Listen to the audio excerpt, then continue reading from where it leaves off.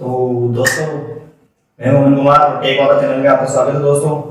तो दोस्तों, हम आज एक बहुत ही यूनिक टॉपिक पर बात करेंगे जिसके बारे में आपको कभी कभी डाउट आया होगा। आप कभी लैपटॉप परचेस करने जाते हैं तो आज हम बात करने वाले हैं i3, i5, i7। ये प्रोसेसर के बारे में आपने सुना होगा। ये इंटेल मेड करता है इनको, क्योंकि इंटेल आपको पता है सेलेरॉन में बनाता है, platinum, i3, i5, i7, xenon आदि प्रोसेसर बनाता है। ये एफिशिएंसी के हिसाब से बनाता है। जैसे किसी को भारी काम करना है तो i7, किसी को लिए लो काम करना है तो i3, या फिर किसी को सिर्फ गाने वाने जैसे कुछ सुनने हैं तो उसके लिए सेलेरॉन, प्लेटिनम, ये जनरेशन के हिसाब से चलते रहते हैं दोस्तों। तो मैं आज i3, i5, i7 के बारे में बताऊंगा। सिंपली आपको पता है मार्केट में i3, i7 और i5 भी चल रहे हैं। अभी तो सेलेरॉन, प्लेटिनम तो बंद हो गए क्योंकि अब कंपनियां i3 से स्टार्ट करती कंपनियां बनाना। तो i3, i5, i7 इसको मैं आपको अपने बॉडी लैंग्वेज के हिसाब से बताता हूँ। तो आपने सुना ही होगा i3, i5, i7। तो ये कुछ इस प्रकार है। प्रोसेसर, पहले मैं आपको प्रोसेसर बताता हूँ प्रोसेसर क्या है। तो प्रोसेसर आप देख सकते हैं, आप हमारे शरीर में देख सकते हैं कि हमारे दिमाग होता है, ये हार्ट होता है। तो हार्ट आप देखते होंगे कि हमारा जो हार्ट होता है वो हमारे पूरी बॉडी सर्कुलेशन में अपने ब्लड को जाने देता है। ये बंद हो जाता है, कुछ बंद हो जाता है। इसका मतलब है ये कि इससे हमारा पूरा शरीर चलता है। वैसे ही प्रोसेसर होता है। प्रोसेसर के पास ही वो सब कुछ होता है, क्योंकि प्रोसेसर के पास वो सभी चीजें आती है। कोई भी प्रोग्राम हो, कुछ भी हो, वो प्रोसेसर के पास आके प्रोसेसर उसको डिफाइन करके वापस भेजता है। सब कुछ प्रोसेसर के पास होता है। वैसे ही हमारे शरीर के पास होता है, हमारे हार्ट के पास होता है। और आप देख सकते हैं हमारा दिमाग रेम और रोम की तरह कार्य करता है। तो हमारा शरीर एक बिल्कुल कंप्यूटर की तरह बनाया हुआ है। ऊपर वाले ने बनाया, किसने बनाया है तो पता नहीं, शायद ऊपर वाले ने बनाया होगा, तभी तो कंप्यूटर की तरह बनाया हुआ है। तो इस प्रकार होता है। तो आप देख सकते हैं i3, i5, i7। इसके बारे में बताता हूँ। i3 होता है, i3 आपको सिंपल पर्पस के लिए बनाया हुआ है प्रोसेसर इंटेल की तरफ से। इसके अंदर आपको ड्यूल कोर मिल जाते हैं और हाइपरथेटिक मिल जाती है। तो आप बोलोगे हाइपरथेटिक क्या होती है? तो हाइपरथेटिक होती है, जैसे अगर ड्यूल कोर है तो इसको डबल कोर के रूप में देखेगा, यानी क्वाड कोर के। डबल कोर तो नहीं बोल सकते, लेकिन कुछ हद तक ये आपको एफिशिएंसी देता है बूस्ट करने की। यानी कि अगर आपका 2 गीगाहर्ट्ज का है तो ये आपको 4-5 गीगाहर्ट्ज तक देने की कोशिश करता है, अगर आपको कूल टेम्परेचर हो। तो i3 आप सिंपल पर्पस के लिए कर सकते हैं, आप गाने सुनने के लिए, या फिर सिंपल माइक्रोसॉफ्ट पावर पॉइंट ये चलाने के लिए आप इसका यूज कर सकते हैं। वो सिंपली कुछ ही नहीं है। आप i3, i5, i7 देख सकते हैं, आप स्क्रीन पे आपको दिखाई दे रहा होगा। तो i3, i5, i7 कुछ ज्यादा नहीं है। इनकी अंदर भी आती है जनरेशंस का मतलब होता है, जैसे आपने देखा होगा, एक 14 साल का बच्चा होता है, एक 30 साल का व्यक्ति होता है, एक 50 साल का व्यक्ति होता है।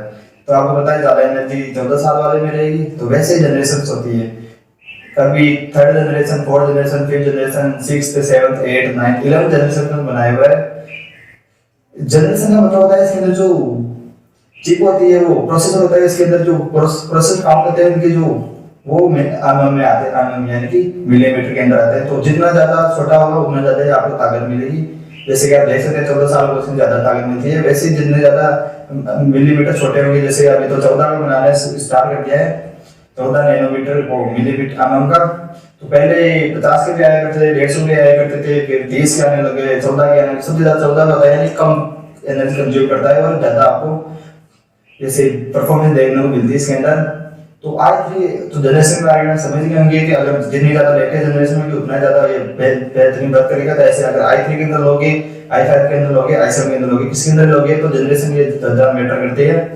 कि अगर आप i3 ले लेते हो, एक तो आप लोगे i3 थर्ड जनरेशन और एक आप लोगे i3 सेवन जनरेशन। तो i3 सेवन जनरेशन ज्यादा काम करेगा, ज्यादा फुर्तीला हो i3 थर्ड जनरेशन वाले से। उसी प्रकार होता है। तो हाइपरथेटिक का मतलब होता है कि आपको ज्यादा एफिशिएंसी देखने को मिलेगी, यानी ज्यादा परफॉर्मेंस देगा आपको, या ड्यूल कोर के रूप में आपको काम करने के लिए काम करके देगा। अगर आपके 2 कोर लगे हुए हैं तो ये आपको 3 कोर या 4 कोर के कोर देखेगा वो, इसलिए इसको कहते हैं हाइपरथेटिक। ये इनेबल होती है डेस्कटॉप, किसी सबके अंदर इनेबल होती है वैसे तो। फिर आता है i5। तो i5 भी कुछ नहीं है, इसके अंदर दो ड्यूल कोर मिलते हैं। इसके अंदर आपको 4 कोर के रूप में देखता है। इसके अंदर आपको ड्यूल कोर है तो ड्यूल कोर के रूप में देखेगा, और इसके अंदर आप 4 कोर में भी देख सकता है, ऑक्टा में भी देख सकता है। और इसके अंदर हाइपरथेटिक इनेबल होती है।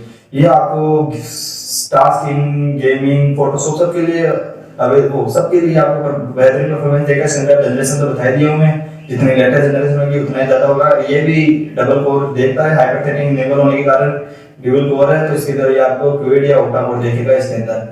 तो प्रोसेसर के बारे में आप जान गए होंगे प्रोसेसर क्या है। i7 की कुछ इस प्रकार है, इसके अंदर भी आपको इनेबल मिलती है। बस इसके अंदर आपको ड्यूल कोर भी होता है, इसके अंदर ऑक्टा कोर भी होता है और भी बहुत सारे कोर्स होते हैं इसके अंदर। तो ये आपको ज्यादा कोर्स में ऑक्टा कोर यानी 8 कोर, तो ये ड्यूल कोर को भी 8 कोर के रूप में देता है। और इसके अंदर हाइपोथेटिक इनेबल होती है, ये आपको सब कुछ चला के देगा, जितना भी बारी सॉफ्टवेयर आते हैं सब कुछ चलेंगे इसके अंदर। आप जैसे गेमिंग के पर्पज से खेल सकते हैं, गेमिंग के लिए आपको पता है जीपीयू कार्ड चाहिए होता है, तो उसके लिए कर सकते हैं। सब कुछ करने के लिए आपको जितनी बारी सॉफ्टवेयर है सबको i7 चलेंगे। हालांकि i5 में भी चलेंगे, लेकिन i5 के अंदर आपको i7 से ज्यादा बेहतर लगेगा। लेकिन i5 मेरा रिकमेंडेड है कि i5 ज्यादा मार्केट के लिए अवेलेबल है, तो क्योंकि मार्केट में ज्यादा i5 का प्रचलन है। और i3 आपको सिंपल पर्पस के लिए, सिंपल गेमिंग के लिए अगर जीपीयू कार्ड लगा रहे तो आप कर सकते हैं। तो सिंपल दोस्तों यही कुछ है। तो बस तो i5 i7 i3 के बारे में सोच लिया होगा। तो अब एक बताता हूँ मैं आपको कैश मेमोरी का मतलब होता है कि कितनी सीपीयू के साथ वो प्रोसेसर आते हैं, आती है।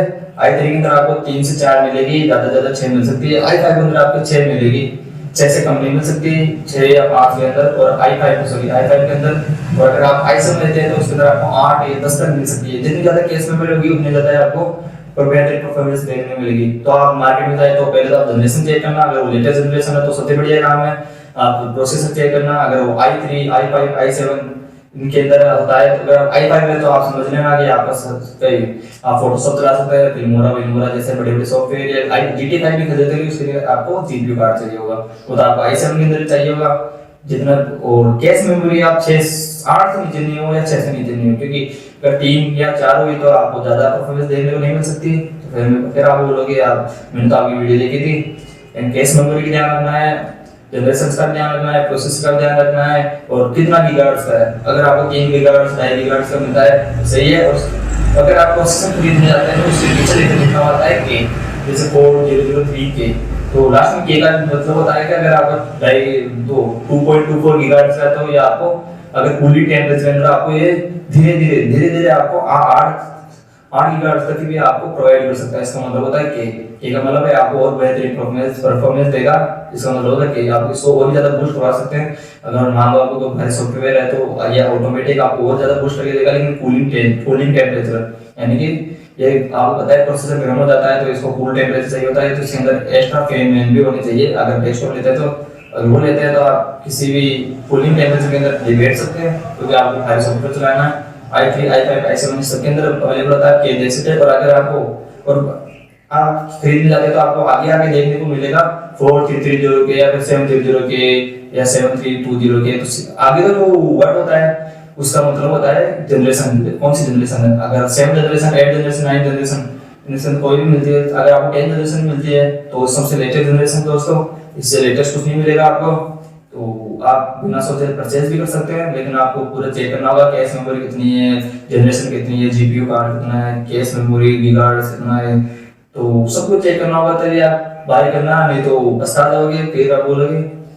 तो आपको बता दिया मैंने i3 i5 i7 के बारे में, क्योंकि i3 सिंपल पर्पस के लिए, i5 कुछ मीडियम यानी कि आप कुछ भी बारी सॉफ्टवेयर चला सकते हैं, आपको भी बूस्ट करके देगा।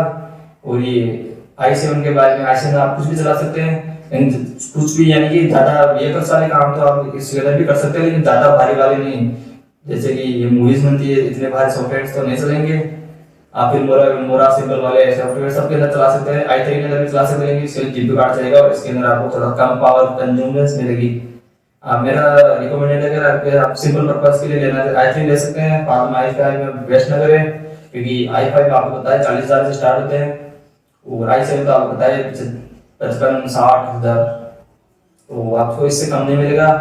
तो सिंपल दोस्तों आप देख सकते हैं कि मेरे ख्याल से आपको i5 लेना चाहिए, क्योंकि आप GTA 5 खेल सकते हैं, और आप gaming Filmora Photoshop Adobe Photoshop चलाते हैं वो कर सकते हैं, या फिर आप कोई शादी वीडियोस बनाते हैं फाइल डेफिनेशन में तो वो भी बना सकते हैं, सब कुछ मिलेगा। और अगर आप माइक्रोसॉफ्ट पावर पॉइंट और इन पे सिंपल ऑफिस वाला वर्क करना चाहते हैं तो i3 के लिए बेस्ट है आपके लिए।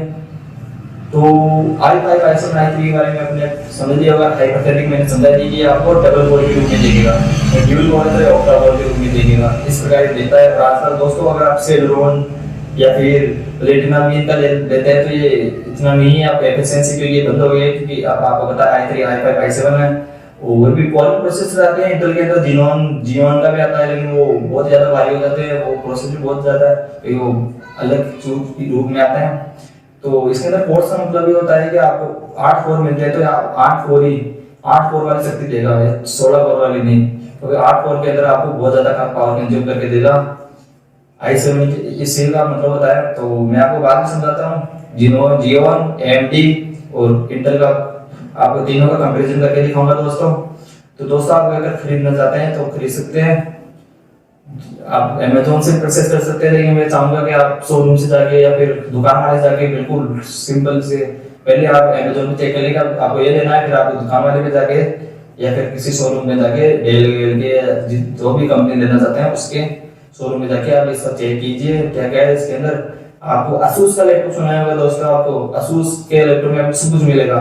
गेमिंग लैपटॉप आता है तो उसके अंदर आपको भारी हर चीज भारी मिलती है, उसके 5-5 लाख के लैपटॉप आते हैं, लेकिन वो आपके लिए नहीं है। तो आप डेल का भी खरीद सकते हैं, कुछ भी खरीद सकते हैं। लेकिन दोस्तों अगर आपको जीपीयू कार्ड दोस्तों आपको जीपीयू कार्ड जरूर लेना है, चाहे वो 4 का हो, 8 का हो, 4 से नीचे नहीं होना। जीपीयू कार्ड मतलब घर पे कार्ड, क्योंकि ये बहुत ज्यादा आपके लिए फायदेमंद होता है, क्योंकि आप इसके अंदर बड़ी मल्टीटास्किंग कुछ भी कर सकते हैं इस जीपीयू कार्ड की मदद से। तो दोस्तों यही है मेरे पर्पस आपको बताने का। तो थैंक्स दोस्तों।